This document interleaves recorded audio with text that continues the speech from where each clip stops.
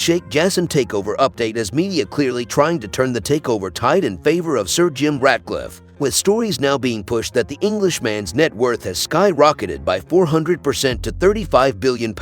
Sheikh Jassim bin Hamad Al Thani's bid to take control at Manchester United is favoured by most leading minority Old Trafford investors, Football Insider report. What's the latest Man United takeover news? Jassim appeared to be trailing Sir Jim Ratcliffe when it came to a takeover from the Glazers, with reports suggesting the Glazers were leaning towards the latter of the two. It was even claimed that Ratcliffe was closing in on purchasing United. However, Jassim has since launched an 11th-hour bid in a final take-it-or-leave-it offer. Jassim's bid was once again for 100% control at Old Trafford, and it seems as if he is the preferred buyer by many investors in Manchester. Football Insider shared a story in the last 48 hours regarding a potential takeover involving Jassim. They said that his offer is preferred by most of the leading minority investors. Two well-placed sources, one with a direct investment interest and one from within the football finance industry, insist that the Qatari proposal is favored among influential minority shareholders. What are Jassim's plans at Man United? It does seem as if Jassim won't give up without a fight, and should he complete a stunning takeover worth around £5.5 billion,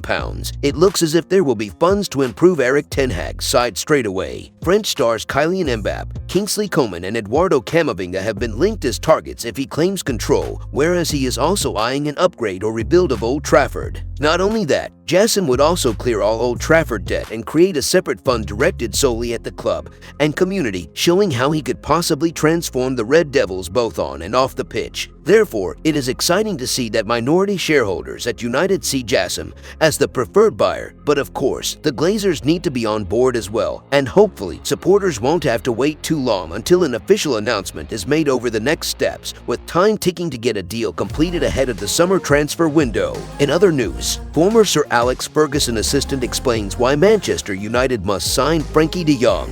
Former Manchester United coach René Meulensteen believes the club should do all they can to try and bring Barcelona midfielder Frenkie de Jong to Old Trafford this summer. United, who will be hoping to take another giant stride towards securing a top-4 finish when they face Bournemouth at the Vitality Stadium on Saturday afternoon, first identified the Netherlands international as a target a year ago. He was manager Erik ten Hag's top target to strengthen the Reds' midfield options last summer, and the club did agree a fee with Barcelona in late June. However, a dispute over unpaid wages at the Barcelona end put an end to United's hopes of signing the former Ajax ace. Instead, of course, they turned to Brazilian international Casemiro to strengthen their pool of midfield options. Nevertheless, United plan to recruit another central midfielder in the summer, and as reported by the Manchester Evening News back in December, they have refused to rule out a second move for de Jong. The 25-year-old worked with ten Hag at Ajax, meaning they know each other inside out. And for former Reds coach Meulensteen, who is now the assistant coach of the Australian national team, United should do everything within their powers to bring the Barcelona ace to M16, outlining the various qualities that he would add to the squad. They need a really good midfield player, said Meulensteen, speaking to United's official Scandinavian supporters club.